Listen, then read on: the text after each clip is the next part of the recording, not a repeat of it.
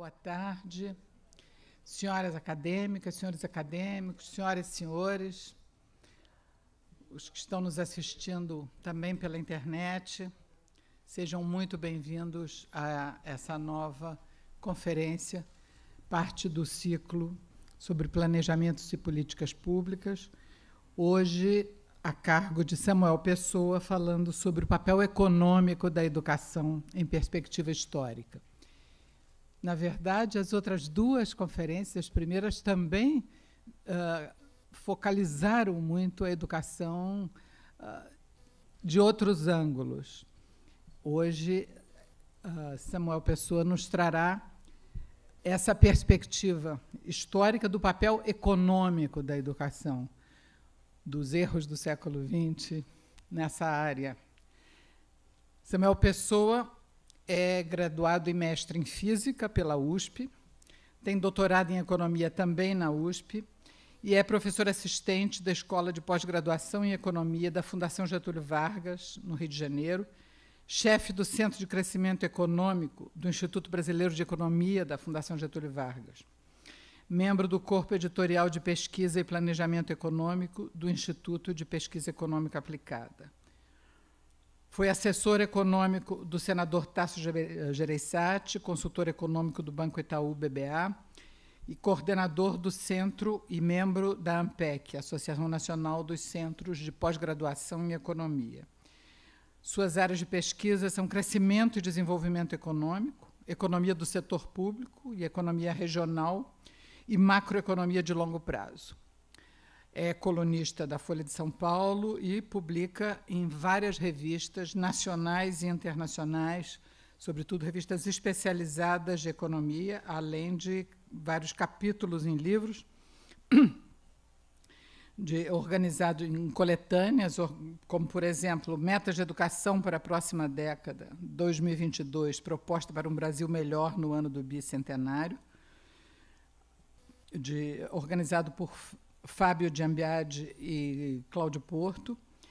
Tem o capítulo Aspectos Teóricos e Desempenho Recente, conta corrente do balanço de pagamentos e competitividade, no livro Agenda de Competitividade do Brasil, organizado por Regis Bonelli, e vários outros, enfim, inclusive o Contrato Social da Redemocratização, num livro organizado por Edmar Baixa e Simon Schwartzman, Brasil, a Nova Agenda Social, 2011.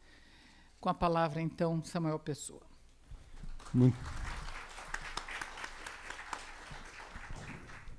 Muito obrigada.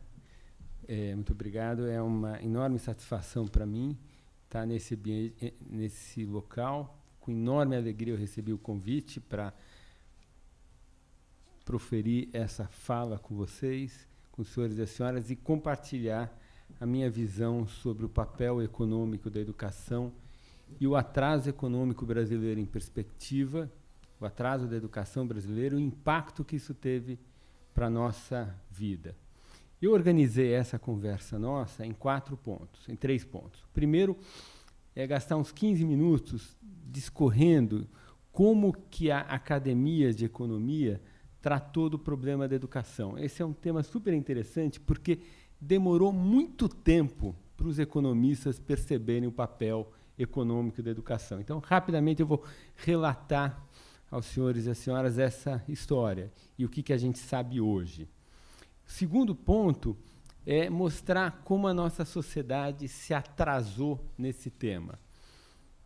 Documentar esse fato. A gente tratou desse tema com muito atraso. Eu costumo dizer que o maior erro histórico que nós cometemos no século XX foi a forma como a gente tratou a educação. Nós sabemos que no século XIX os grandes erros foi a maneira atrasada com que a gente resolveu e ruim como a gente resolveu a questão da terra e o problema do trabalho escravo. No século XX, o grande erro histórico nosso foi o atraso com que a gente tratou da questão educacional. Terceiro ponto é uma pesquisa em andamento, mas que já tem resultados, e acho muito interessante, que é um exercício de história contrafactual. A história contrafactual é uma metodologia que foi criada por historiadores americanos na década de 60 do século passado, que tenta isolar um fator e tenta, a partir de algumas técnicas e hipóteses um tanto quanto heróicas, é verdade, tentar avaliar qual o impacto deste fator para o desenvolvimento econômico. O trabalho clássico do historiador Robert Vogel, que deu a ele o prêmio Nobel, era tentar avaliar o papel das ferrovias para o desenvolvimento econômico na segunda metade do século XIX para o desenvolvimento econômico americano, e o Vogel teve um resultado super não esperado, contraintuitivo, que as ferrovias não foram importantes para o desenvolvimento americano na segunda metade do século XIX. O que eu faço com colegas meus aqui, vou apresentar o resultado, é tentar fazer um exercício de história contrafactual. Qual seria a cara do Brasil, o PIB per capita brasileiro em 1980, se durante 50 anos nós tivéssemos investido 4% do PIB a mais em educação do que a gente investiu? E depois disso eu apresento uma rápida conclusão e uma tentativa minha de elaborar quais são os motivos que explicam que nós tenhamos cometido esse erro histórico, que foi um enorme atraso ao problema educacional. Então, começando pelo começo, o primeiro ponto é a gente pensar como que os economistas trataram do tema da educação. Essa preocupação surgiu no final dos anos 50, envolvendo 3 sortes de questões. A primeira questão era entender o problema da desigualdade de renda e entender se a educação tinha alguma coisa a ver com isso. A segunda questão era entender uma série de fatos estilizados do mercado de trabalho. Né? A economia da educação é um subcampo da economia do trabalho, e havia fatos estilizados associados à rotatividade da mão de obra e questões dessa natureza que estavam interagidas, associadas à educação. E a terceira questão era uma questão mais macroeconômica, era tentar entender se a educação tinha algum impacto macroeconômico. Lá nos anos 50, meados dos anos 50, teve a divulgação e a publicação do trabalho do Robert Solow, o economista que depois veio a ganhar o prêmio Nobel, e o Solow publicou um resultado nos anos 50 que deixou a academia também muito surpresa, que era o seguinte: se eu quisesse entender o crescimento dos Estados Unidos nos últimos 100 anos, o investimento não era alguma coisa tão importante. Tinha alguma outra coisa, que a gente chama de progresso tecnológico, que era mais importante do que investimento em capital físico para descrever a trajetória da economia americana, o aumento da produtividade do trabalho na economia americana. E aí uma questão que surgiu, e essa questão se mostrou posteriormente essencial para a gente descobrir a natureza do crescimento econômico, é que uma parte daquilo que a gente chamava de progresso tecnológico, não tudo, mas uma parte poderia ser atribuída à educação formal. Ou seja, a educação formal ela tinha um impacto sobre a produtividade do trabalho. E tendo um impacto sobre a produtividade do trabalho, ela tinha uma natureza de um investimento em capital, no sentido que as pessoas estudam durante um tempo, né, e depois que elas estudam, elas adquirem algumas habilidades, e essas habilidades, de alguma forma, são remuneradas pelo mercado de trabalho.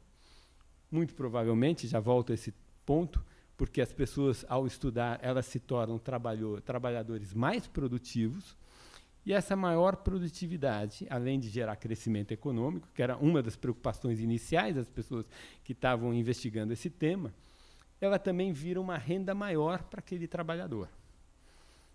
E foram essas questões que motivaram a academia, principalmente americana, mas não só americana, na segunda metade dos anos 50 e na primeira metade dos anos 60, a tratar com muita profundidade, com muito detalhe, o tema da educação e economia, a educação e crescimento econômico.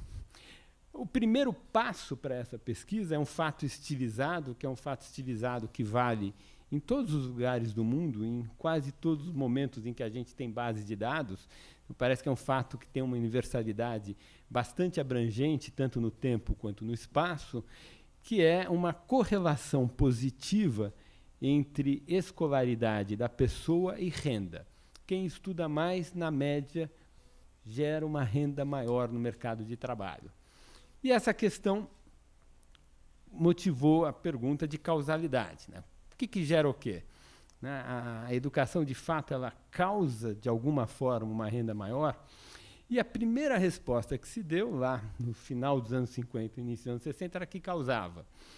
E havia, portanto, essa relação de causa e efeito, e surgiu essa teoria do capital humano, por Gary Becker, Jacob Mincer, Schultz e outros, que é a ideia de olhar o investimento educacional como se fosse um investimento em capital físico.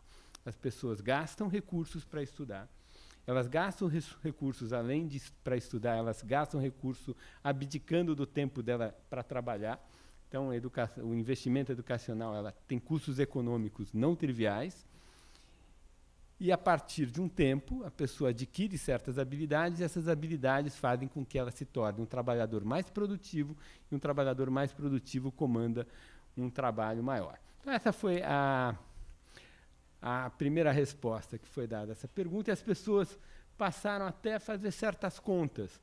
Bom, dado que eu estou olhando para a educação como um problema, uma decisão de investimento, eu posso olhar para a educação até como um investimento numa empresa, numa fábrica, numa ponte. Eu posso calcular o que os economistas chamam de taxa interna de retorno. O que é isso, gente? É uma coisa bem simples. Se eu estudo mais, vou ficar mais produtivo, vou ter um salário maior. Então, eu posso pegar o ganho de salário que eu vou ter ao longo do tempo. Eu vou ter um ganho de salário ao longo do tempo por ter me tornado um trabalhador mais produtivo. E vai ter um custo no ano em que eu estou estudando. Esse custo é a mensalidade da escola, se eu estiver numa unidade pública, privada. Se eu estiver numa unidade pública, é o gasto da sociedade com a manutenção da escola pública. E, além disso, o custo de oportunidade do meu tempo, de eu não estar trabalhando, eu estar estudando. Então, eu posso perguntar o seguinte: qual é a taxa de juros que faz com que todo aquele meu ganho lá na frente seja igual ao meu custo hoje? Então, tem lá um valor do tempo, e dá para fazer uma conta, que a gente chama de taxa interna de retorno, que é exatamente uma taxa de juros associada à decisão de estudar. Ou seja, um ano a mais estudando gera quanto de retorno financeiro, como se fosse uma aplicação financeira que a gente faz na poupança. Tal. E aí, aqui só alguns números para a gente olhar os dados brasileiros. Nós temos os dados de 60, 69, foram calculados pelo economista Carlos Langoni, 81 até 2003, são cálculos que eu fiz com o meu colega do Instituto Brasileiro de Economia, o Fernando de Holanda Barbosa Filho. O número na primeira coluna, gente, a coluna de 1960, é um número muito impressionante.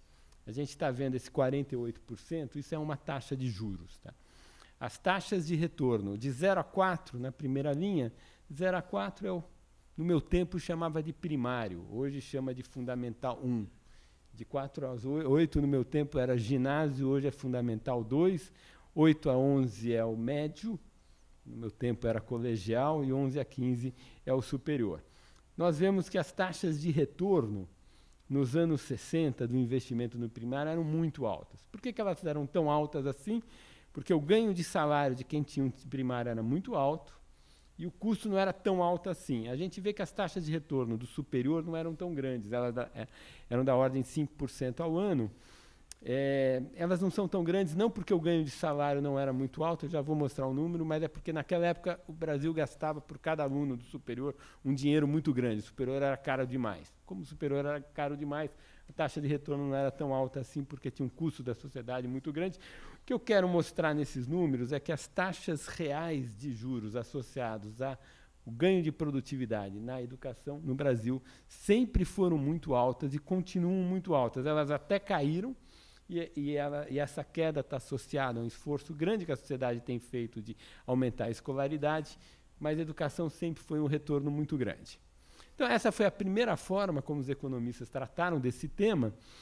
Aí, nos anos 70, lá para 72, 73, um economista genial, Michael Spencer, que ganhou o Nobel, ele chegou e fez uma proposição que criou uma bagunça. Chegou e disse: olha, essa teoria de capital humano do Gary Becker, do Jacob Mincer, com esses cálculos de taxa de retorno, eles estão muito bonitas, mas está tudo errado. Isso está errado pelo seguinte motivo: esse ganho de salário que a gente está medindo aqui não é associado à educação, não é associado ao fato da pessoa ir para a escola, aprender um monte de coisa. Não, Michel Spencer disse, olha, esse ganho de salário é uma sinalização. A pessoa, ela já é melhor, ela já nasce melhor, ela já nasce mais inteligente, ela já nasce um trabalhador mais produtivo. Aí, educar, ir para a escola, só sinaliza que ela é do tipo produtivo. Mas não é que ela ficou mais produtiva porque ela foi para a escola. Ela já nasceu produtiva. É uma hipótese super intelectualmente muito interessante e, surpreendentemente, muito difícil de ser testada. Porque as duas teorias, então, que agora estão em jogo, isso eu estou falando de meados dos anos 70, a teoria do capital humano, que diz que a educação tem um valor intrínseco, e a teoria do Spencer, da sinalização, que diz que a educação não tem nenhum valor intrínseco, que a produtividade é um atributo de nascença do trabalhador, e a educação simplesmente sinaliza, revela atributos que já estão com a pessoa desde o nascimento. Essas duas teorias dizem que quem estuda mais vai ganhar mais, só que os motivos são contrários. No caso do capital humano, quem estuda mais ganha mais porque ficou mais produtivo porque foi para a escola. No caso da sinalização, quem estuda mais porque é mais produtivo de nascença, e o salário simplesmente reproduz, expressa essa produtividade a mais de nascença e não tem nenhuma relação direta com a educação formal. Evidentemente, eu estou colocando a formulação do Spencer, estou expressando ela aqui de forma radical, mas era isso que o Spencer colocava. Então, o problema é que essas duas teorias elas têm a mesma implicação do ponto de vista observacional. Do ponto de vista da observação empírica, essas duas visões totalmente distintas do papel econômico da educação, elas vão dizer que quem estuda mais ganha mais. E aí foi necessário uns 20 anos, 25 anos de muita pesquisa para selecionar entre as duas teorias. Por que tem que ter muita pesquisa, gente? Porque eu preciso ter algum grupo de pessoas que, por algum motivo, foi muito educada. Esse motivo que leva essas pessoas a serem muito educadas não pode ter nenhuma relação com elas, com a vida delas. Por quê? Porque eu tenho que selecionar entre uma teoria. Uma das teorias diz que as pessoas estudam mais simplesmente porque elas têm mais jeito para estudar, elas têm mais talento inato para estudar. Então, a gente precisa de algum experimento natural. O que seriam experimentos naturais? Por exemplo, irmãos gêmeos que nasceram na mesma família e um estudou mais do que o outro por algum motivo. E aí a gente observa que aquele gêmeo, portanto, carga genética é o mesmo, viveu no mesmo ambiente, o que estudou mais ganha mais. Ou alguns lugares que têm algum tipo de lei que diz assim, toda pessoa é obrigada a estudar até 17 anos. E aí tem gente que nasce no começo do ano, tem gente que nasce no final do ano, quem nasce no começo do ano fica um ano a mais na escola, quem nasce no final do ano, um ano a menos. Então, a gente tem alguma variação na quantidade de educação que uma pessoa vai adquirir que não tem nenhuma relação com coisas da pessoa. Com essas questões, olhando gêmeos, olhando leis que obrigam as pessoas a estudarem até uma certa data, olhando alguns fatos que aconteceram do tipo assim, um prefeito de uma cidade no século XIX, nos Estados Unidos, resolveu investir muito em educação porque ele gostava. Aí tem um monte de cidades vizinhas que são iguaizinhas àquela, que não investiu em educação. Então, eu sei que essa variabilidade no investimento em educação não tem nenhuma correlação com a característica das pessoas. Bom, então, 25 anos de pesquisa, milhares de papers, o resultado que a gente tem hoje é que a teoria do capital humano venceu o debate. Quer dizer, a gente sabe que cada ano de escolaridade gera um ganho de salário de 10%, e esse ganho de salário, em larga medida, na sua quase que totalidade, é fruto de habilidades que são absorvidas no processo de educação formal. Essas habilidades tornam um trabalhador mais produtivo, e essa produtividade a mais é remunerada pelo mercado. Então, a conexão entre educação e produtividade individual, depois de 25 anos de muita pesquisa, foi feita. A tese do Spencer é uma tese instigante, muito curiosa, interessante. Ela não sobreviveu ao teste empírico, mas demorou bem uns 25 anos e muito trabalho para que ela fosse finalmente rejeitada pelos dados. Mas daí vem a segunda pergunta. Evidentemente, então, eu consegui fazer a conexão entre maior educação e maior produtividade do indivíduo. Isso vale no agregado, ou seja, se uma sociedade fizer um esforço educacional como um todo, isso gera uma aceleração de crescimento. Primeira observação importante é que isto deve gerar uma relação de crescimento, porque a gente já estabeleceu, do ponto de vista microeconômico, essa relação. Um indivíduo mais escolarizado, ele é mais produtivo e, por ser mais produtivo, ele comanda um salário maior no mercado de trabalho.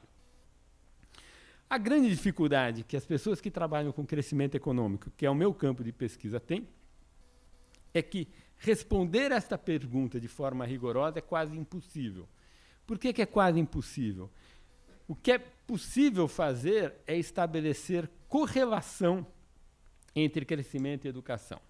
E isso a gente estabeleceu. Demorou, não foi fácil estabelecer, porque para estabelecer correlação entre crescimento e educação, tem que ter boas bases de dados de anos de escolaridade da população economicamente ativa, e essas bases de dados, até algumas décadas atrás, eram inexistentes. Mas hoje, com a melhora da capacidade de construção de bases de dados e de informação que a gente pode dizer que é bem estabelecido que há uma correlação entre crescimento econômico e educação, e há até uma precedência temporal. De fato, a evidência casual mostra isso. A gente sabe, por exemplo, que a taxa de analfabetismo na Nova Inglaterra, em 1750, portanto, 25 anos antes da Revolução Americana, era 35%. Tá, o Brasil só passou esses níveis de analfabetismo, só reduziu os níveis de analfabetismo do Brasil abaixo aos vigentes na Nova Inglaterra, em 1750, na década de 50 a 60. Né? Tem um atraso educacional brasileiro em relação aos Estados Unidos de aproximadamente 200 anos. A gente sabe também que o desenvolvimento japonês no século XX foi precedido pela Restauração Meiji, que das conquistas foi estabelecer um bom sistema educacional lá no final do século XIX. No Japão, a gente sabe que a Coreia, nos anos 60, no início dos anos 60, apesar de ainda ter uma renda per capita inferior à brasileira, tinha níveis de escolaridade muito superiores ao nosso. Então, a gente olha um pouco, a evidência casual sugere que não só tem uma correlação entre educação e crescimento, mas que há precedência temporal. A grande dificuldade de eu falar em causalidade no agregado, ou seja, se eu fizer um esforço de aumento da educação de uma sociedade como um todo, o crescimento econômico vai ser maior. A grande dificuldade é que para responder com rigor a essa pergunta, eu teria que selecionar um conjunto de países muito parecidos, em alguns países fazer um esforço educacional, utilizar os outros países como grupo de controle, e após uns 40, 50 anos olhar e ver o que aconteceu. Não é só enunciar o experimento requerido para que nós conseguíssemos, talvez, estabelecer com uma certeza maior causalidade no agregado, a gente percebe que é quase impossível fazer esse experimento. Ou seja, existe em ciências sociais uma limitação à capacidade de conhecer que nós temos. Mas a gente estabeleceu a conexão ao nível microeconômico, ao nível da pessoa, e nós temos boas evidências de correlação ao nível agregado. Eu podia dizer, a gente pode dizer com uma certa segurança, no que é possível a gente ter segurança em ciência social, de que educação está muito associado ao crescimento econômico, e que, na pior das hipóteses, o ganho de salário observado nas pessoas, quando elas estudam mais, está associado também ao ganho de produtividade para a sociedade que uma pessoa mais escolarizada tem. Por que essa afirmação é uma afirmação até suave, não muito radical? Porque a gente sabe, a teoria sugere que ganhos educacionais devem gerar impacto sobre o crescimento econômico, além dos impactos medidos pelos ganhos de salário no mercado de trabalho, que são aqueles impactos diretamente associados ao ganho de produtividade que o indivíduo tem quando ele estuda mais. Que ganhos seriam esses? Uma pessoa mais educada, isso deve ter uma interferência na capacidade de discernimento dela para escolher seus candidatos numa corrida eleitoral, a democracia deve funcionar melhor em sociedades educadas. A gente também sabe que uma pessoa educada, ela, na média, vai ser um pai melhor ou uma mãe melhor. Uma série de outros impactos, tem impactos sobre a criminalidade, tem uma série de impactos da educação que devem estar indiretamente associados ao crescimento, que não são os impactos diretamente medidos pelo mercado de trabalho, pelos ganhos salariais no mercado de trabalho. Mas, sendo bastante cautelosos, vamos trabalhar com a hipótese que os ganhos salariais associados ao mercado de trabalho, eles medem razoavelmente bem a contribuição social da inflação, da educação. E com esta hipótese, a gente pode fazer alguns exercícios que nós chamamos de decomposição de desenvolvimento, que tentam explicar quanto do atraso relativo da produtividade do trabalhador brasileiro em relação à produtividade do trabalhador americano, por exemplo, que é de 5 vezes, eu posso explicar pelo atraso educacional brasileiro. Então, 1 hora trabalhada no Brasil produz 1/5 da mesma hora trabalhada nos Estados Unidos. A questão é, por que tem essa diferença? Grosso modo, a gente pode atribuir essa diferença a 3 fatores. Capital físico, a quantidade de máquinas, equipamentos e infraestrutura em geral que o trabalhador tem disponível numa e noutra economia. Capital humano, que é a quantidade de educação formal que a força de trabalho teve acesso. E uma grande parcela que a gente chama de resíduo, que é meio o tamanho da nossa ignorância, que é tecnologia, que a gente dá um nome bonito, chama produtividade total dos fatores. Então, a gente tem capital físico, capital humano, produtividade total dos fatores. 1 hora trabalhada no Brasil produz 1/5 de 1 hora trabalhada nos Estados Unidos. Aproximadamente 1/3 dessa diferença dá para explicar pelo atraso educacional brasileiro. Então, não é pouca coisa, é um fator muito relevante o nosso atraso. Se eu olhar sociedades, a explicação da educação na diferença Brasil e Estados Unidos, eu tenho 1/3 só para educação, porque os Estados Unidos é uma economia muito produtiva, aquela tal de produtividade total dos fatores da economia americana é muito alta. Se eu comparar o Brasil com a Coreia, por exemplo, a produtividade do trabalho no Brasil é quase que 1/3 da produtividade do trabalho na Coreia. Dessa diferença de produtividade do trabalho, quase 80% é a diferença educacional. Tá? Porque a produtividade total dos fatores na Coreia não é tão alta assim. Então, o ponto importante para nós retermos é que o atraso educacional brasileiro explica uma quantidade muito grande da nossa diferença de renda para as economias ricas. E esse é um ponto que a sociedade demorou muito tempo para se aperceber, principalmente os intelectuais. Eu já vou voltar a esse aspecto no final da minha fala. O último passo, ou o passo que está sendo percorrido agora pela academia, depois que se resolveu a disputa entre a teoria do capital humano e a teoria da sinalização, depois que a gente conseguiu construir bases de dados melhores e estabelecer com alguma segurança que existe sim uma correlação e até uma antecedência temporal entre educação e crescimento, é a gente construir bases de dados melhores que controlem para a qualidade da educação. Porque tudo que eu falei agora foram resultados obtidos com bases de dados em que a variável associada à educação era uma variável quantitativa, anos de escolaridade da população economicamente ativa, alguma variável quantitativa desta natureza. Hoje a gente sabe que a qualidade da educação varia, a qualidade é medida pelo desempenho da garotada naqueles testes de proficiência, o PISA é o mais famoso, mas há outros, e a gente começa a ter algumas bases de dados para muitos anos, para diversos anos e para diversos países, de qualidade educacional. E o que a gente obtém, os resultados que se obtiveram nos últimos 10 anos, isso é pesquisa bastante recente, e o resultado é bastante intuitivo. Eu me formei em física, eu sou um físico aposentado, e quando eu fiz essa transição da física para a economia, eu percebi que a diferença entre física e economia era o seguinte: a física, eu estudava um monte de coisa contra-intuitiva. Estudava, fazia a prova, passava e continuava achando meio contra-intuitivo.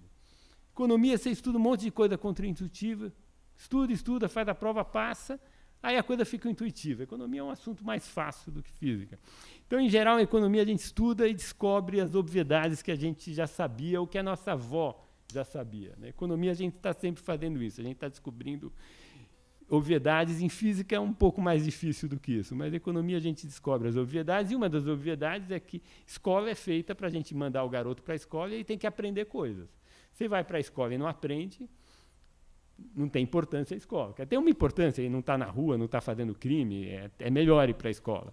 Mas ir para a escola e não aprender não faz muito, não tem um impacto muito grande, e é isso que os dados mostram. Quer dizer, depois que você controla pela qualidade da educação, a quantidade da educação não é importante. A importância toda da relação entre educação e crescimento, ela é mediada pela quantidade, pela qualidade da educação. É uma obviedade, mas em economia a gente precisa tem muito trabalho, muita construção de dados para a gente se certificar que aquelas obviedades que, em geral, as nossas avós já sabiam, elas de fato prevalecem. E é nesse ponto que a gente está. Então, com isso eu termino a primeira parte dessa conversa com os senhores e com as senhoras, e eu vou entrar na segunda parte, que é um pouco descrever o enorme atraso educacional brasileiro. Nesse gráfico, a gente tem as taxas brutas de matrícula.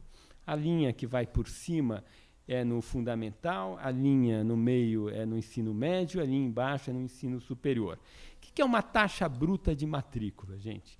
Taxa bruta de matrícula é a quantidade de pessoas matriculadas naquele ciclo, né, seja fundamental, médio ou superior, dividido pela quantidade de pessoas existentes na sociedade que, pela idade, deveriam estar naquele ciclo.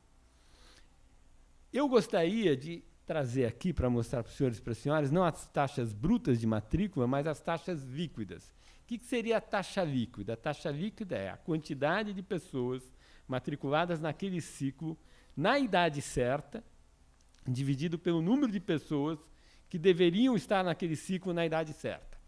As taxas brutas é todo mundo que está naquele ciclo. Então, pessoas que estão fora da idade, que estão fazendo supletivo e coisas assim, estão incluídas nessa conta, o que significa que a taxa bruta de matrícula é uma superestimativa, ela é maior do que a taxa líquida. O que sai aqui, vamos olhar a linha de cima, se nós olharmos a década de 30, as taxas brutas de matrícula são da ordem de 30%. Nas décadas de 40, as taxas brutas de matrícula são da ordem de 40%, nas décadas de 50, da ordem de 50%. As taxas líquidas elas são sempre menores do que as brutas, que a gente pode dizer que nos anos 50, na melhor das hipóteses, 5 de cada 10 crianças de 7 a 14 anos estavam na rua. A gente sabe que, na verdade, era muito mais do que isso, mas eu não tenho dado das taxas líquidas de matrícula. Eu gosto de olhar os anos 50, porque eu acho que a década de 50 é uma década que a gente precisa estudar melhor. Eu costumo dizer que é a década mais esquizofrênica da história brasileira recente. Porque nos anos 50, provavelmente a zona sul do Rio de Janeiro deveria ser o melhor lugar do mundo para se viver. A gente estava ganhando, no final dos anos 50, campeonato de futebol, campeonato de tênis, estávamos começando a fazer bossa nova, parecia que tinha uma coisa interessante, tinha modernismo, construíamos Brasília, e 5 de cada 10 crianças de 7 a 14 anos estavam na rua. Na verdade, mais do que isso. Num período em que a taxa de crescimento populacional era 3% ao ano. Então, olha que maluquice. A gente tinha dinheiro para construir Brasília e não tinha dinheiro para colocar a criança na escola. Uma coisa toda meio maluca. Né? E foi isso que a gente fez. Evidentemente, essas crianças dos anos 50, os bisnetos dela estão nos morros. Foi isso que gerou a criminalidade dos anos 90, 80, é isso que gerou favelização das grandes cidades e assim sucessivamente. Mas se a gente olhar, não os dados de matrícula, mas os dados de gasto, é inacreditável. Na primeira coluna, a gente tem de 50 a 2000, gasto público em educação com proporção do PIB. A gente, nos anos 50 e 60, gastava pouco mais de 1% do PIB. Isso era o gasto público total em educação. O mais chocante era a distribuição desses gastos. Então, olhe lá, na segunda coluna tem o número 10 lá, 1950, a segunda coluna está o número 10. Esse número 10 é o seguinte, significa que o gasto por aluno no fundamental nos anos 50 era 10% do PIB per capita. Então, a gente gastava por cada aluno no fundamental dos anos 50, 10% do PIB per capita. O médio, a gente gastava 13 vezes mais. E no superior, a gente gastava 75 vezes mais. É daí que vem aquela taxa interna de retorno relativamente baixa para o superior que eu mostrei no começo da minha fala aqui para os senhores e as senhoras. Ou seja, a gente gastava muito pouco em educação para uma sociedade que a taxa de crescimento populacional era 3% ao ano, e a gente distribuía muito mal esse gasto. A gente gastava relativamente pouco no fundamental e gastava muito no superior, e até no médio. Né? Aqui a gente entende aquele clássico que minhas avós têm saudade, que a pessoa saía do clássico falando grego, latim e coisas assim. Aliás, é bem curioso, hoje tem uma coluna no jornal O Estado de São Paulo, da Eliane Cantanhede, ela um pouco com saudade da educação pública. Infelizmente, aquela coluna da Eliane está errada. Aquela educação boa que ela fala era para 2 ou 3% da população. A gente nunca conseguiu fazer no Brasil uma educação pública de qualidade para todos. Aquela escola boa, que a gente tem saudade, era para muitos poucos. Tá? Então, eu não tenho nenhuma saudade do sistema público educacional brasileiro. Ele sempre foi muito ruim, porque ele era um sistema público que reprovava filho de pobre e jogava criança de pobre na rua. Tá? O sistema educacional ele só é bom quando pega um filho de pobre e esse garoto sai do sistema educacional com o mesmo background cultural de um filho de rico. Isso a gente nunca conseguiu fazer, nós nunca fizemos nada nem próximo disso. Tá? E com isso a gente ficou um país extremamente atrasado na questão educacional. Isso é uma tabela que eu peguei de um trabalho do Ricardo Paes de Barros com a Rosane Mendonça, que são Ricardo dos maiores especialistas brasileiros na questão de desigualdade e pobreza, que é uma decomposição da desigualdade brasileira em 1950. A gente vê que a desigualdade educacional ela explicava de 30% a 50% da desigualdade de renda do Brasil em 1990. Ou seja, não só, como eu estou insistindo aqui, eu já vou voltar a esse ponto com mais detalhe, o atraso educacional brasileiro explica, em muito, a baixa produtividade do trabalhador brasileiro, mas o atraso educacional brasileiro explica em muito a enorme desigualdade de renda vigente no país, até hoje, e explica uma série de outras características da nossa sociedade, favelização das grandes cidades, criminalidade, deterioração dos espaços urbanos e assim por diante. E aí tem uma questão aqui interessante, quer dizer, por que a gente fez isso, né? Por que lá dos anos 30 aos anos 70, a ênfase da sociedade não foi em educação? A minha avaliação é que esse erro histórico que a gente que a gente cometeu, e acho que erros dessa natureza, eles sempre têm pelo menos duas forças que o lideram. Né? Acho que uma é mais fácil da gente falar sobre ela, que seria a economia política da sociedade, como que os grupos da sociedade, ou as classes sociais daquela sociedade se organizam, qual é o interesse dos respectivos grupos ou classes sociais, e como que o processo de escolha de políticas públicas, dado diferentes poderes de barganha existentes naquela sociedade, naquele ponto do tempo, estabelece o padrão de escolha de política pública. A gente sabe que naquele período vigorava o que se chama o Pacto do Populismo, a massa da população trabalhadora, os mais pobres, estavam no campo, não tinham muita voz, a representação política não chegava até eles, e você acabou expressando no processo de escolha de políticas públicas no país, naquele período, os interesses mais de uma certa elite ligada à indústria e uma certa elite trabalhadora ligada ao emprego público. É impressionante que esse pacto, às vezes a gente acha que ele morreu e, de repente, ele ressurge das cinzas período recente que a gente chamou de nova matriz econômica, de certa forma, é um certo ressurgimento desse pacto aí antigo. Então, a economia política, de por que a gente cometeu esse erro histórico, ela é muito mais fácil da gente entender, mas eu acho que só a economia política, erros dessa natureza não conseguem dar conta.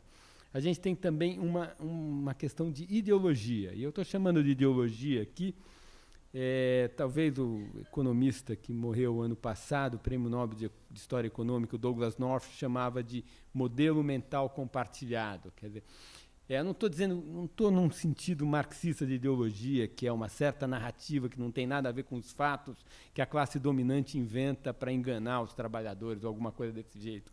Quando eu penso em ideologia, eu penso qual é o modelo que as pessoas usam numa sociedade para tentar explicar como que as coisas ocorrem. A gente sabe que entender a sociedade é muito complicado, entender o processo de crescimento econômico é muito complicado, e as elites de uma certa sociedade, em um certo momento do tempo, estabelecem histórias e narrativas para explicar como que as coisas ocorrem. E nos anos 30, 40 e 50, de forma, primeiro, não muito intencional, e a partir dos anos 50, de uma maneira muito intencional, se criou uma narrativa em que desenvolvimento econômico estava associado à indústria. E o desenvolvimento econômico estava associado ao investimento. E mais ainda, havia um entendimento de que havia uma relação de antagonismo entre os interesses externos e interesses domésticos, ou seja, as multinacionais nos exploravam.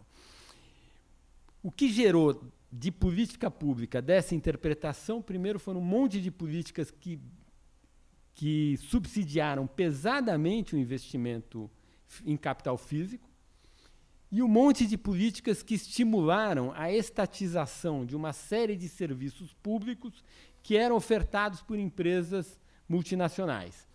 Então, aqui, só para a gente ter uma ideia, esse é um resultado que está na dissertação de mestrado de um aluno meu, que é um estudo sobre a taxa interna de retorno da Light. É um estudo exatamente igual, é uma metodologia exatamente igual àquele primeiro quadro que eu apresentei das taxas internas de retorno do investimento em educação no Brasil. A Light é uma empresa de capital canadense, foi instalada primeiro em São Paulo em 1898, eu acho. Um ano ou 2 anos depois ela foi instalada no Rio. Nos anos 30 ela era responsável por transportes urbanos, telefonias, energia elétrica em Rio e São Paulo, ou seja, quase 80% dos serviços de utilidade pública do Brasil. E ao longo do tempo, ela foi saindo dessas diversas atividades, até que, em 1978, ela foi finalmente estatizada.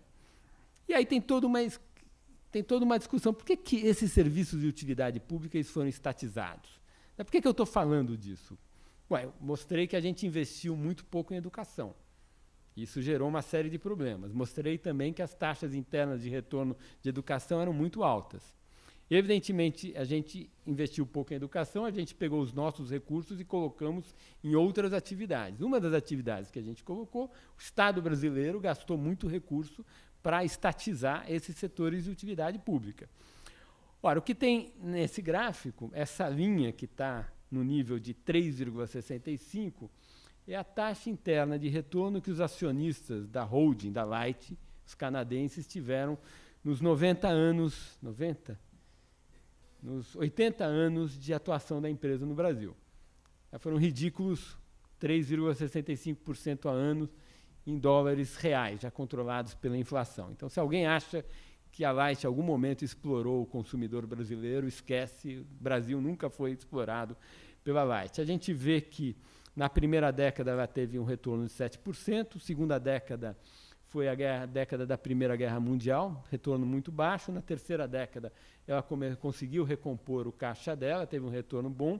A partir da quarta década, com o Estado Novo, houve o fim do Código de Águas, que o Getúlio Vargas desfez o contrato, e passou a haver um controle tarifário muito estrito. Esse controle tarifário fez com que os retornos da empresa ficassem muito baixos e a empresa acabasse decidindo sair da sua operação. Ela primeiro saiu da energia elétrica, da geração, ela foi se concentrando naquelas atividades da cadeia produtiva menos capital intensiva, e até que ela saiu do Brasil. Outro dia eu estava estudando o caso específico dos transportes urbanos de São Paulo.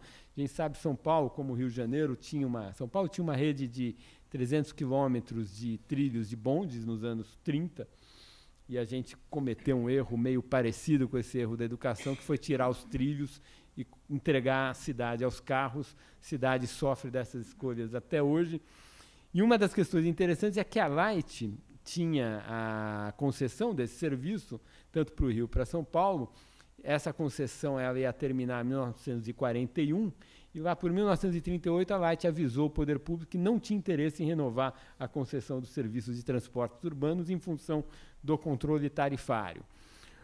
Ou seja, a gente fez uma série de políticas de subsídio pesado ao investimento em capital físico, fizemos uma série de políticas de controle tarifário para expulsar do país as multinacionais dos serviços de utilidade pública, e o resultado disso é que faltou dinheiro para investir em educação. Os custos nós estamos pagando até agora. Eu queria terminar discutindo essa tabela com os senhores. Esse é um exercício que a gente fez, é um exercício feito com um aluno meu, Edmilson Varejão, e um professor de História Econômica da Universidade da Califórnia, William Summerhill, que é um brasilianista espetacular, já tem vários livros publicados sobre história econômica brasileira do século XIX e da primeira metade do século XX. E a gente fez a seguinte pergunta: qual seria o PIB per capita do Brasil em 1980 se nós tivéssemos investido entre 1930 e 1980, ou seja, durante 50 anos, 4% do PIB a mais em educação? Esse exercício dá um trabalhão fazer, porque primeiro, se eu invisto mais em educação, depois de um tempo eu tenho gente mais educada, o PIB aumenta. Mas, além disso, se eu invisto mais em educação, a decisão reprodutiva das pessoas, o número de filhos que as pessoas vão ter, também mudam. Então, eu tenho que recalcular toda a demografia brasileira. Então, E a gente não tem bons dados para saber como que era no passado, nos anos 30, nos anos 40, nos anos 50, qual que era a relação que existia entre demografia e educação, escolha populacional e educação. A gente tem uma boa foto para 70, e o que a gente faz, a gente extrapola isso para trás, fazemos um monte de hipóteses para fazer esse exercício, e aí tentamos calcular. Bom, eu vou aumentar o orçamento para a educação, e aumentando o orçamento para a educação, ponho mais aluno. Tem duas colunas nessa tabela, exercício 1 e exercício 2, eu já explico o que é exercício 2.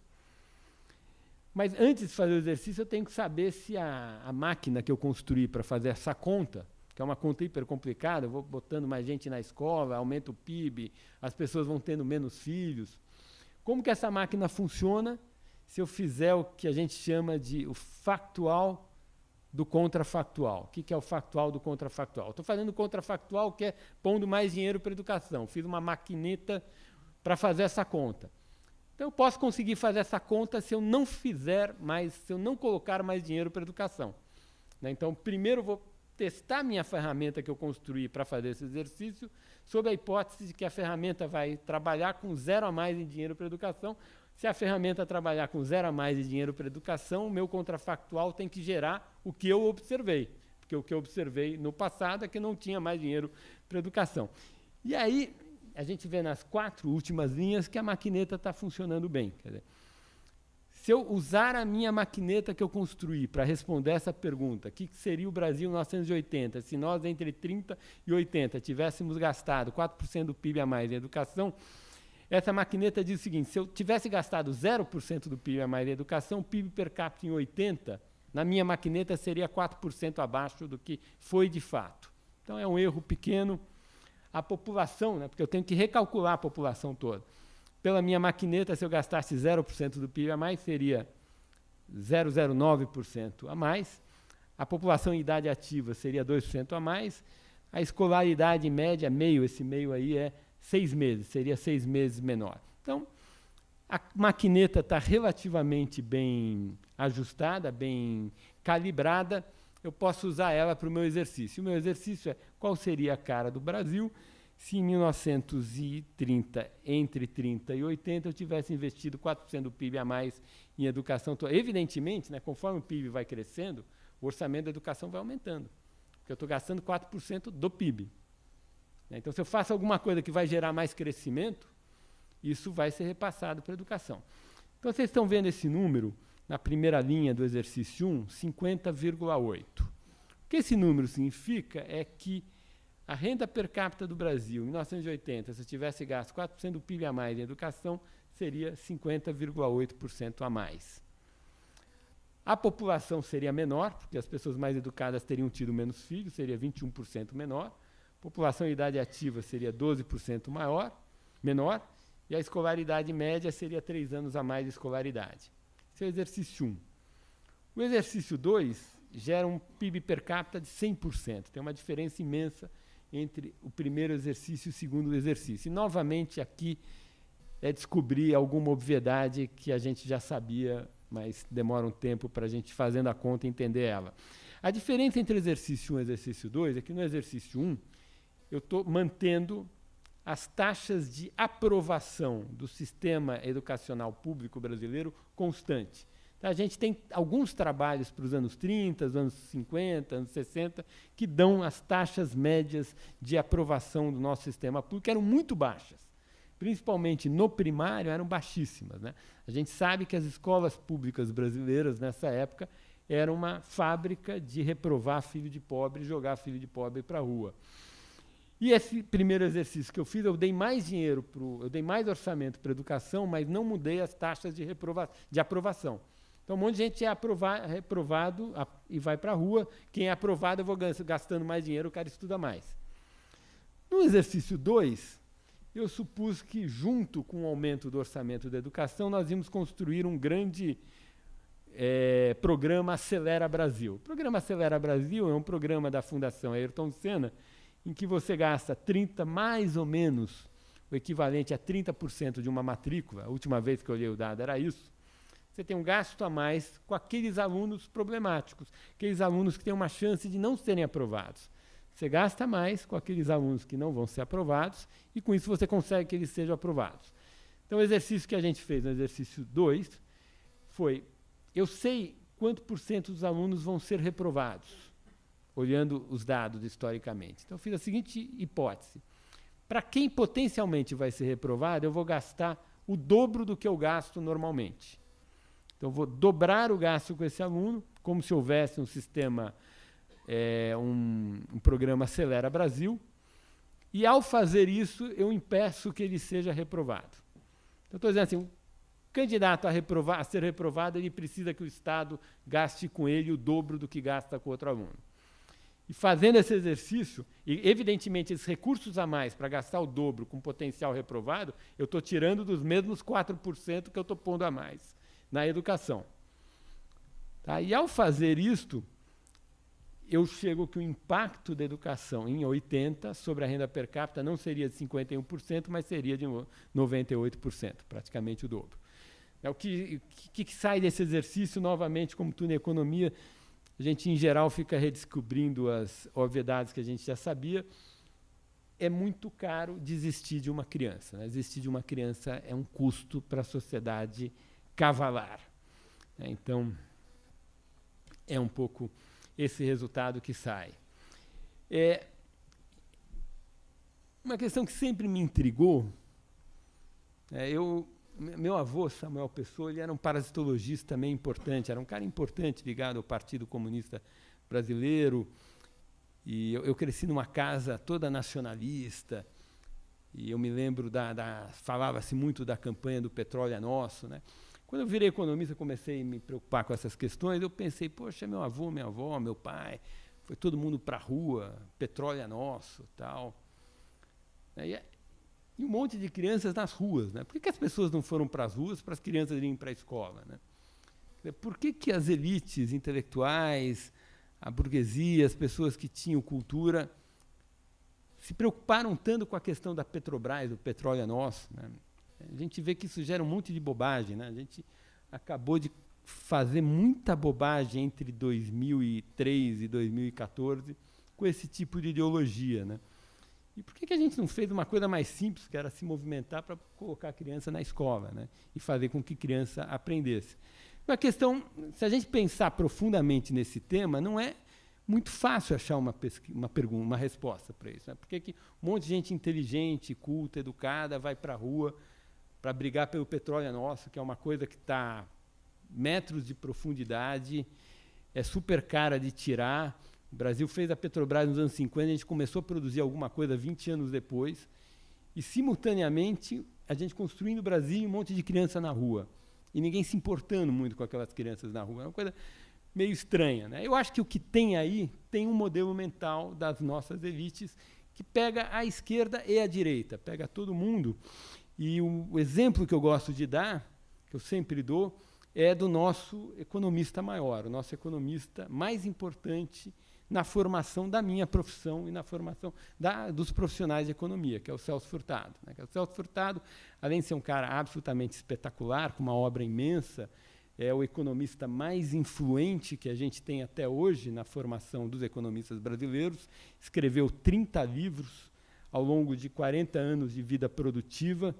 O tema dele, o tempo todo, isso é muito claro quando a gente lê a autobiografia intelectual do Celso Furtado, o tema dele sempre foi subdesenvolvimento brasileiro. Ele casou com esse problema, né, e passou toda a vida produtiva e investiu todo o recurso intelectual imenso que ele tinha para tentar entender o problema do subdesenvolvimento brasileiro, produziu 30 livros. O que eu vou falar agora é verdade, eu não estou exagerando, porque eu adoro esse autor, eu li os 30 livros dele. Não tem uma linha escrita sobre educação fundamental e crescimento econômico.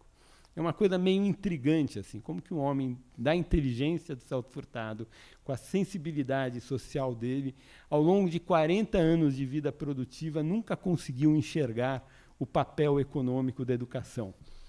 Né? Eu acho que isso mostra um pouco a forma como a nossa sociedade viu os problemas. E aí é muito interessante, estou me restringindo ao campo da economia, eu sei que tinha intelectuais, Anísio Teixeira, um monte de gente igualmente competente que levantou a bandeira da educação há muito tempo, mas se a gente olhar do ponto de vista da economia, quem levantou a bandeira da educação sempre foram os liberais, os economistas mais de direita, que é interessante. Quer dizer, se a gente pegar a produção intelectual dos anos 50 de um autor como Eugênio Goudin, Goudin era um homem preocupado com teoria monetária. A questão do Goudin era inflação, nunca foi crescimento econômico. Mas nos poucos artigos que ele escreveu nos anos 50, e são artigos belíssimos, publicados na Revista Brasileira de Economia, no fascículo de 70, de setembro, respectivamente dos anos de 52, 54 e 56. Tem o primeiro artigo é o caso das nações subdesenvolvidas, o segundo artigo é sobre produtividade, o terceiro artigo é programação e desenvolvimento econômico. O Goudin sempre percebeu o papel econômico da educação, muito antes, mais ou menos no mesmo momento em que os economistas americanos estavam preocupados com esse tema. Para o Goudin era sempre óbvio que esse excesso de subsídio para a indústria não ia gerar muita coisa, que a gente tinha que se preocupar mais com a educação. Depois a gente tem os trabalhos do Carlos Langoni, na virada dos anos 60 para os anos 70, que também percebeu a relação entre educação e desigualdade, a relação entre educação e crescimento econômico. E os economistas mais ligados à esquerda ou à heterodoxia tiveram uma enorme dificuldade de perceber essa relação. O caso mais dramático, eu costumo dizer que provavelmente é o maior branco, é o maior erro cometido por um autor na história do pensamento econômico, é o caso do Celso Furtado, que é um homem que passou 40 anos da vida dele preocupado com o subdesenvolvimento brasileiro.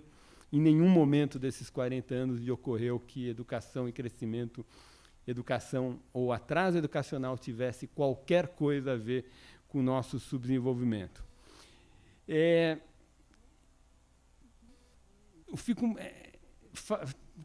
Discutir esses temas com os senhores e com as senhoras hoje tem uma certa nota triste, porque, como eu já mencionei, eu vou falar isso como última da minha fala, para terminar essa conversa nossa com os senhores e com as senhoras, que é, de certa forma, nos últimos 14 anos,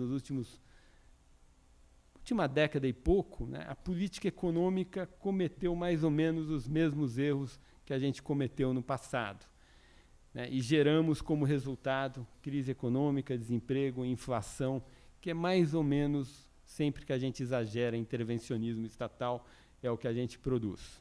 Muito obrigado pela atenção de vocês.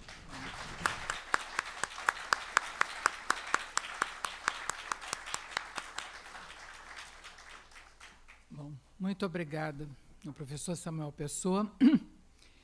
Nós, com essa conferência, continuamos o exame que estamos fazendo dos desafios para o desenvolvimento inclusivo brasileiro nas questões de planejamento e políticas públicas.